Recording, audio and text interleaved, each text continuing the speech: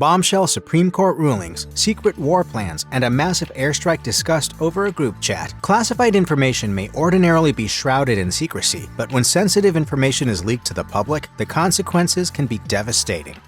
The Houthis, one of the parties in Yemen's current civil war, control Yemen's Red Sea coast. This allows them to threaten traffic headed to or from the all-important choke point at the Suez Canal and take occasional potshots at Israel and Saudi Arabia. Threatening shipping lanes and intermittent shooting at allies are traditionally things that draw responses from the United States, which occasionally bombs Houthi-held areas of Yemen to try to discourage such actions. However, in March 2025, this bloody cycle shot back into the news when it turned out that plans for a round of airstrikes on Yemen were being discussed by key U.S. national security figures in a group chat on Signal. Even more perplexing was the fact that an editor of The Atlantic, Jeffrey Goldberg, had been added to the chat. The sort of ridiculous part is, like, if you're gonna do it, try not to invite national security journalists into the conversation. The Atlantic published a transcript of the messages, which included precise details of the military planning that would conventionally only be shared over far more secure channels. The initial airstrikes discussed in the chat killed 31 people, but the Houthis vowed to continue menacing transportation in the Red Sea. For its part, the U.S. government decried reports of the leak as a witch hunt. Not all government secrets leaked to the press concern intelligence or national security. Among the more explosive leaks in modern U.S. history concerned a draft decision by the Supreme Court in the case of Dobbs v. Jackson Women's Health Organization. Typically, one justice from the majority of a preliminary vote on a Supreme Court case is assigned to write a draft opinion, which can be amended and sometimes overruled as the justices further deliberate. With the initial vote on Dobbs in favor of overturning Roe v. Wade and ending federal protection of abortion rights, the draft opinion was assigned to Justice Samuel Alito. Alito wrote a scathing draft, which was leaked to the press a few months before the final decision. The justice loaded his opinion with harsh and sometimes contemptuous judgments of Roe v. Wade and how it was decided. Criticisms of Roe by liberal judges were cited, and the language of Alito's fellow conservatives was echoed throughout. Alito insinuated that some proponents of abortion rights were motivated by eugenics, and he regularly referred to doctors who provide the service as abortionists. No other draft decision of the Supreme Court has been leaked in its modern history. The final decision varied only somewhat, and it inspired a furious backlash. Chief Justice John Roberts immediately ordered an investigation into the breach, but as of the release of the report in January 2023, no one has been identified as the leaker. It was a grave betrayal of trust by somebody. In April 2023, a member of the Massachusetts Air National Guard was busted by federal authorities for leaking government secrets on a chat app. Jack Teixeira, then 21 years old, had enjoyed connecting with people on Discord, a platform especially popular with people wanting to talk about video games. Unfortunately, some of the people with whom he was chatting shared his apparent interests in racism and conspiracy theories. To impress these charmers, Teixeira uploaded confidential information he had access to at work, including hundreds of top-secret documents. The documents were primarily concerned with American and NATO powers' steps to aid Ukraine in its war with Russia, including troop numbers and training schedules, but they also contained information on American security interests in regards to China and the Middle East. The more extremist he got and the smaller his circle got, he felt it was his duty to tell them what's going on. Teixeira apparently figured out someone was onto him, but his attempts to cover his tracks shortly before his arrest failed. He pleaded guilty and was sentenced to 15 years in federal prison in November 2024. But Teixeira wasn't the only one to get in trouble. 15 of his co-workers at the Air National Guard faced internal discipline in connection to the case. In 2023, a Dutch web services entrepreneur named Joost Zubier broke an odd story. He was in charge of the domain name for Mali, a country in West Africa, and he kept intercepting emails meant for members of the United States Armed Services. The problem is the US military emails end in .mil. The Malian domain is .ml. Close, but given that Mali has been at war with itself since 2012 and some of the combatants are Islamist militants, having sensitive military information accidentally go to random addresses in Mali is worse than having it show up in, say, Luxembourg. According to Zubier, he had been reporting the issue since 2013 with no apparent concern shown by American officials. Most of the information in the misdirected emails was trivial, but some contained secret information, like hotel assignments for US personnel abroad. As of Zubier's 2023 report, hundreds of emails with the relevant typos were flopping through Mali's virtual mail slot each day. In the aftermath of the 2016 presidential election, there was ongoing concern that Russia perhaps aided in Donald Trump's shocking win. However, Russian authorities denied any such activity. What do I have to get involved with Putin for? I have nothing to do with Putin. I've never spoken to him. I don't know anything about him other than he will respect me. According to The Intercept, a January 2017 report by the outgoing Obama administration concluded that Russia had indeed run a propaganda campaign, but it drew no conclusions on whether the campaign had any effect. The report also suggested that Russia had not made a significant breach in the American voting or vote tallying systems. Several months later, however, The Intercept received a classified NSA report that suggested a more sinister picture: Russian hacking efforts that tapped into at least one voting software firm and efforts to control the computers of over 100 election officials. The report was an analysis of intelligence information, not the intelligence itself, but the reported attempts at seizing control of government computers represented a major potential security risk. The analysis was leaked by Reality Winner, an NSA contractor and former member of the U.S. Air Force. She was prosecuted under the Espionage Act and later reached a plea deal that saw her sent to prison for 5 years beginning in 2018. The Intercept defended its source, reporting that the leak posed no security risk because Russia already knew their operations had been uncovered. Winner was later released in 2021 for good behavior. Intelligence and security are tightly bound in government, and in the wake of the 9/11 terrorist attack on the World Trade Center, the U.S. government felt compelled to address apparent gaps in its intelligence surveillance policies. A broad interpretation of powers granted by the Patriot Act was used to justify the NSA infiltrating major internet servers to collect information on the online activities of ordinary U.S. citizens. Surveillance was also done on the activities of the leaders of Allied powers, including Germany and Brazil. This level of intrusion into the lives of Americans and their allies came to light in 2013, when The Guardian and The Washington Post began sharing reports carved out of thousands of leaked documents from the NSA. According to The Guardian, these not only unmasked the extent of the NSA's spying, but also revealed details of the intelligence apparatus, such as the existence of the intelligence program PRISM, which was created to harvest data from companies like Google and Apple. The Obama administration defended the NSA's activities as vital to preventing terrorist attacks, but the reporting generated fresh concerns over privacy among the American public. The leaker of the NSA documents was a contractor in their employ, Edward Snowden. No, I don't think Mr. Snowden was a patriot. Shortly after revealing himself, Snowden fled to Moscow to evade a potential 30-year prison term. His revelations generated some reforms to surveillance, but critics still argue they don't go far enough.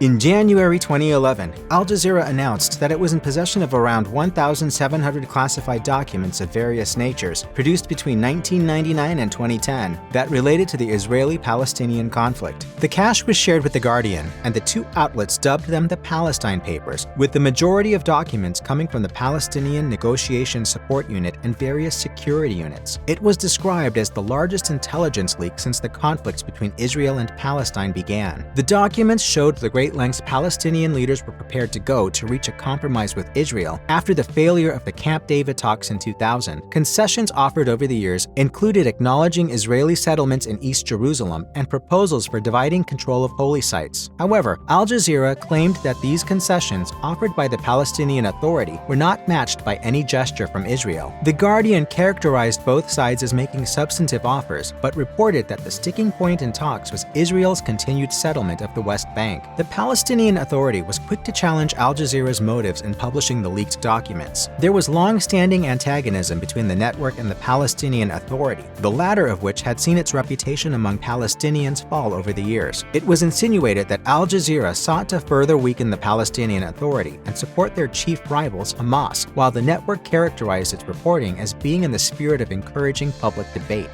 The Downing Street memo, leaked to the press in 2005, was a memorandum summarizing a briefing. However, the briefing was by the head of British intelligence, Richard Dearlove, to Prime Minister Tony Blair in early 2002. The subject was President George W. Bush administration's efforts to mount a military assault on Saddam Hussein's Iraqi regime. The briefing was given after Dearlove had consulted with his counterpart at the CIA. According to the memo itself, British intelligence had determined that Bush was dedicated to breaking Hussein's hold on power, and his administration was prepared to manipulate evidence to support that goal. It was also observed that the administration had scarcely considered what Iraq would look like after any military action. The briefing outlined various attack scenarios and discussed possible divergence with American policy, but it noted that the Bush administration saw a war as inevitable. I believe a free Iraq is going to be transformative in the Middle East. The memo was leaked to reporter Michael Smith, and it inspired fierce criticism of Bush and Blair on both sides of the Atlantic. In Britain, it became a campaign issue as the Conservative Party claimed it showed Blair's subservient relationship to the Bush administration. While Blair came out of the election with his hold on office unbroken, the Labour Party's majority was greatly reduced, and the conduct of the Iraq War was largely held to blame.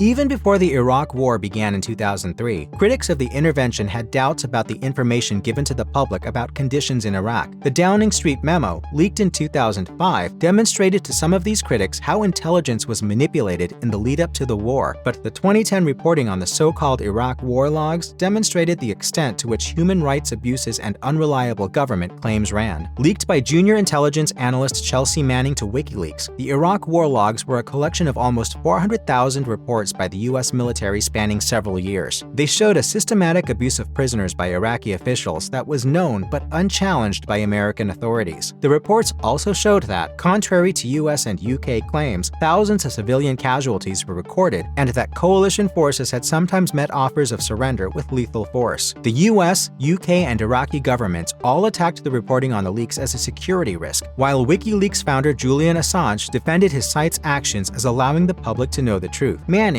who says she leaked the information because she felt the military was misleading the country, was sentenced to 35 years in prison, which was commuted early in 2017. I feel very comfortable that justice has been served. The espionage career of Robert Hanssen was notable both for its longevity and for the damage it did to FBI operations. For an estimated total of $1.4 million in money and gems, Hanssen spied on the US for nearly 20 years. His connections even survived the collapse of the Soviet Union, with Russia continuing to receive information after the rebranding. Catching Hanssen involved exciting counter-espionage, with both his boss and personal assistant actually being agents working to ensnare him. They describe an arrogant man driven more by feelings of superiority than anything else, so it's amusing to imagine Hanssen's reaction to his arrest at a Virginia park in 2001 while carrying out an old-fashioned dead drop. For the years of spying that led to the deaths of at least 2 American sources and the imprisonment of 3 more, Hanssen was sentenced to life in prison. He was found dead in the Florence Supermax prison in Colorado in 2023, having apparently died of natural causes at 79.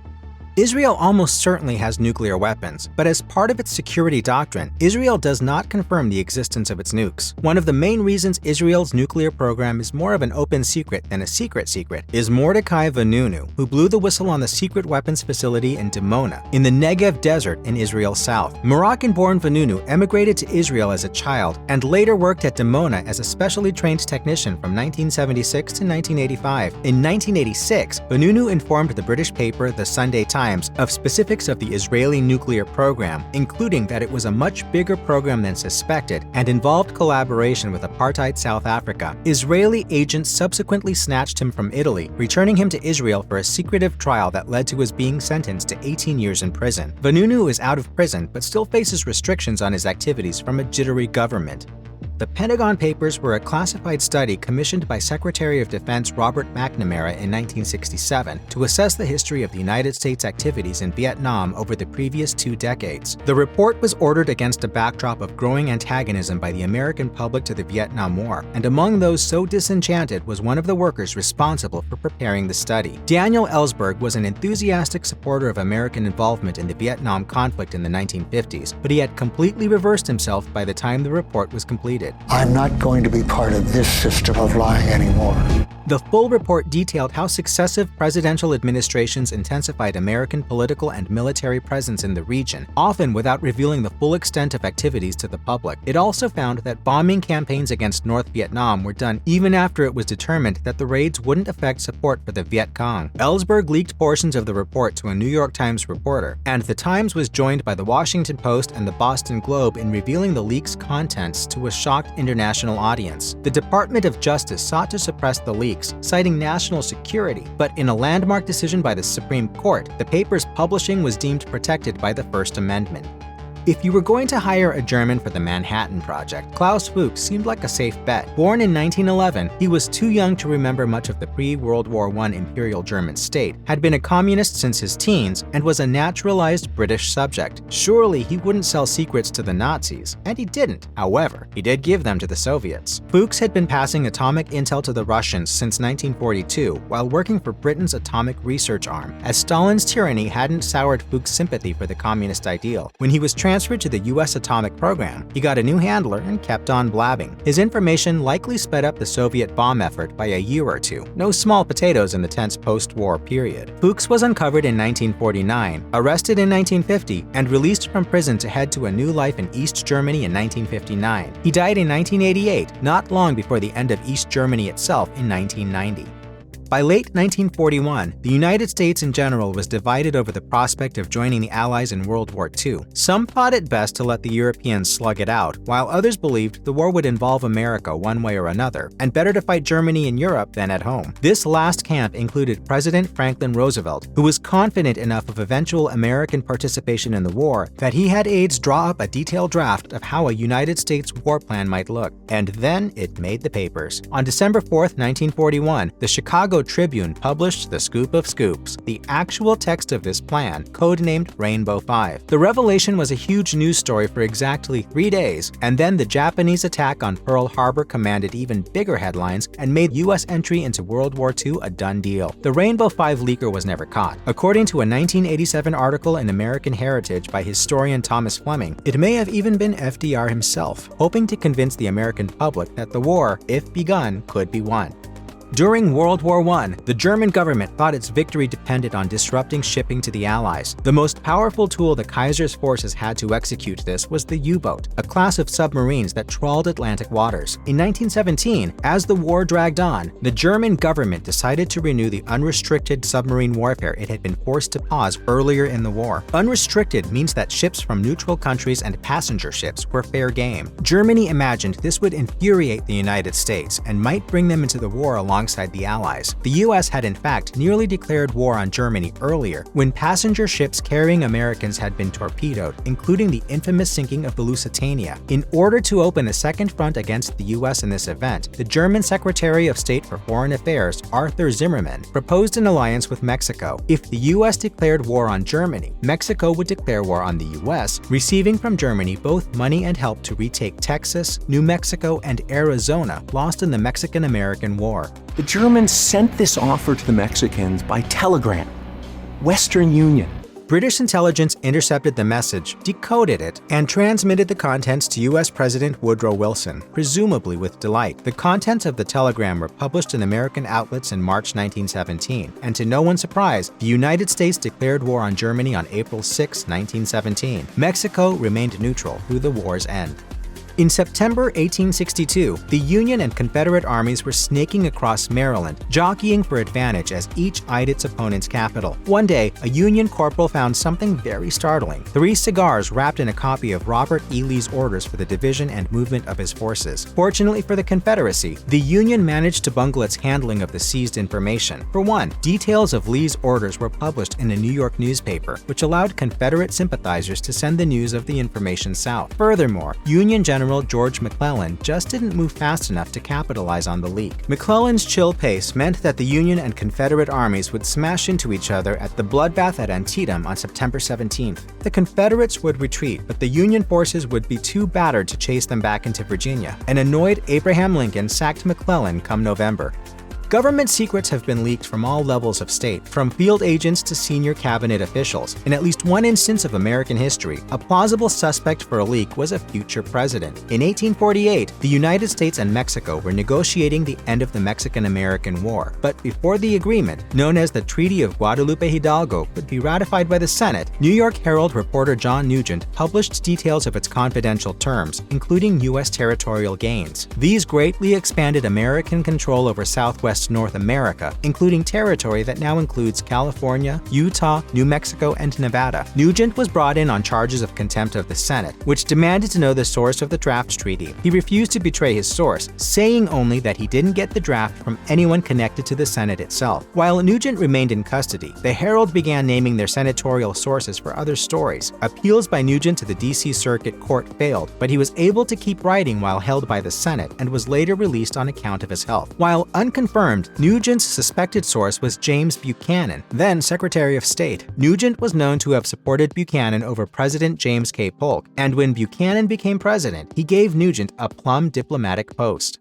Besides being counted among the founding fathers, Benjamin Franklin is also remembered as the father of the U.S. Postal Service. He was considered an able candidate when the Continental Congress established the position of Postmaster General, having served the same role for all 13 colonies prior to the Revolution's beginning. But Franklin's handling of private correspondence led to his resignation as the colonial postmaster. In December 1772, letters from Governor Thomas Hutchinson of Massachusetts to the British government fell into Franklin's hands while in England. In the letters, Hutchinson advocated for harsher measures to keep the increasingly agitated colonies in line. Ben Franklin wrote 15,000 to 20,000 letters that flew between the most famous and the most ingenious people of that time. While not yet a full-throated supporter of independence from Britain, Franklin did find the recommendations of Hutchinson alarming enough to pass the letters on to friends active in colonial politics. He did so on the understanding that they would remain private, a stipulation Samuel Adams promptly ignored. The leaked letters sparked outrage in Massachusetts and a furious investigation in England. Disputes over the leaker's identity culminated in a clumsy duel in 1773. At that point, Franklin admitted to giving the letters to his friends back home, but argued that such deliberations about the fate of the colony should have been in the public record. He was fired by the Privy Council and returned to America with a newfound zeal for independence. Whoever passed Hutchinson's letters on to Franklin remains unknown.